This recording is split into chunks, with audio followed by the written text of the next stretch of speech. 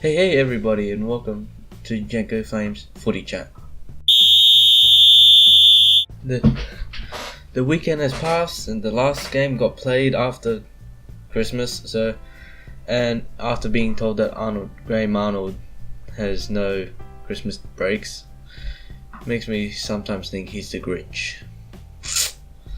So yeah, let's get straight to it. With the first match being played all the way in Brisbane was Brisbane Roar versus Perth Glory, and I'm telling you, this game was interesting. Bloody Roar were dominating most of the match. D'Agostino had two early chances but failed to make the net move. And then Massimo Macarone scored in the 38th minute, getting picked up by Ben Califala, and with this exquisite first touch, a lucky deflection what made the shot go in. Many chances were happening in the beginning of the second half for Raw. None of them went in. And then until the 80th minute, Andy Keogh scored, doubling up with Diego Castro. And then 2 minutes later, Diego Castro scores with his assist of Andy Keogh. So a quick double fire by Glory. In the press conference, the Glory coach was very happy about the very last grasp. Next match was Newcastle Jets versus Western Sydney Wanderers, and just seeing by this two teams, I already knew who the winner. I am a Wanderer supporter, but it killed me to only just verse Newcastle Jets. The final result was 4-0, which was devastating. At the first half, we only got down by 1-0. Did not expect another 3 goals to happen in the second half. All goals were from Newcastle Jets, and they came off Johnny Kachumbas, Jason Hoffman, Benjamin Kantarowski, and Steven Ugagovic. Just Newcastle outclassing us. Sorry, Gombau. Another match was being played in Wellington. Was Phoenix versus Sydney FC.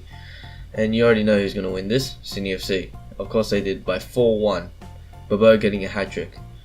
So, here was the minutes. Bobo, 17th minute. Adrian Mezejevski, 25th minute. Kaludovic for Wellington Phoenix, 40th minute. And then Bobo again, 58th minute, 86th minute. That guy is crazy. Although I can tell you that Phoenix were more into the game, as they had 15 intercepts over 12, 13 shots. So, and Sydney FC only had about 10 shots, so they were more clinical, definitely, and 26 crosses. Phoenix were definitely in the game, but they were not clinical. It's just ridiculous. The other thing that Sydney FC were really ahead of was possession by a smidget. And Sydney FC were doing 60 more passes than Wellington, as they did 459 passes over 395. The game that was played in Boxing Day was Adelaide United versus Central Coast Mariners, and they ended in 1-0, Ryan Kitto in the 14th minute. Even though Mariners had more possession, United still won, which is not a really good thing.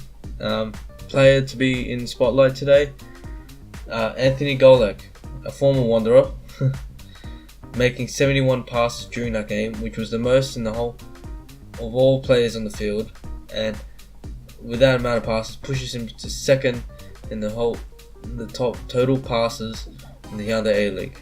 And the match that was the highlight of the match today is the Melbourne Derby. City having it at home, but basically they were both at home. The match was very tough. It was 0-0 in the second half, and the first half, sorry. And in the second half, it was 0-0 until the 96th minute. Like, who the hell adds that much time? Oh god! And even FIFA matches don't even go that long, and I know that. Mark Milligan came on as a sub, and definitely he scored in that very last minute. I'm telling you how close the match was. The possession was almost split, with City having 48% and Victory having 52, sorry. Scott Jamieson, he's a great player, and he had the most touches. So 104 touches in total. A little news before I do my predictions, FFA has proud to announce the E-League, which is basically an A-League but for gamers.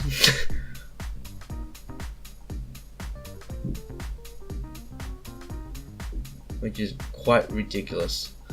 So although esports is getting a very big thing here in Australia, we'll definitely keep an eye on that.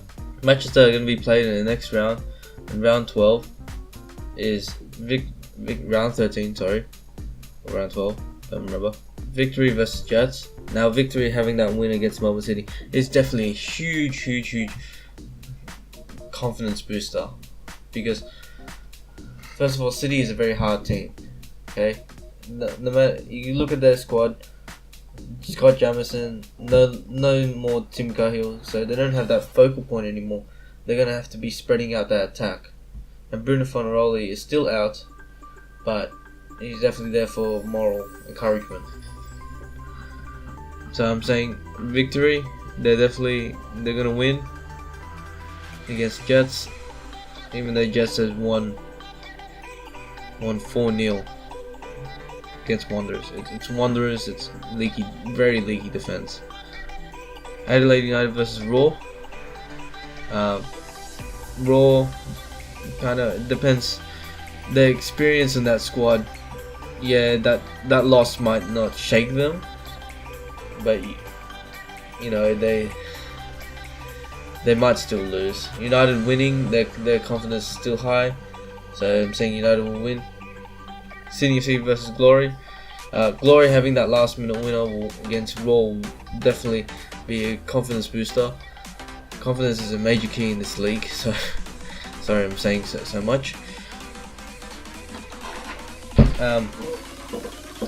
The Sydney FC are still way too good, so I'm still.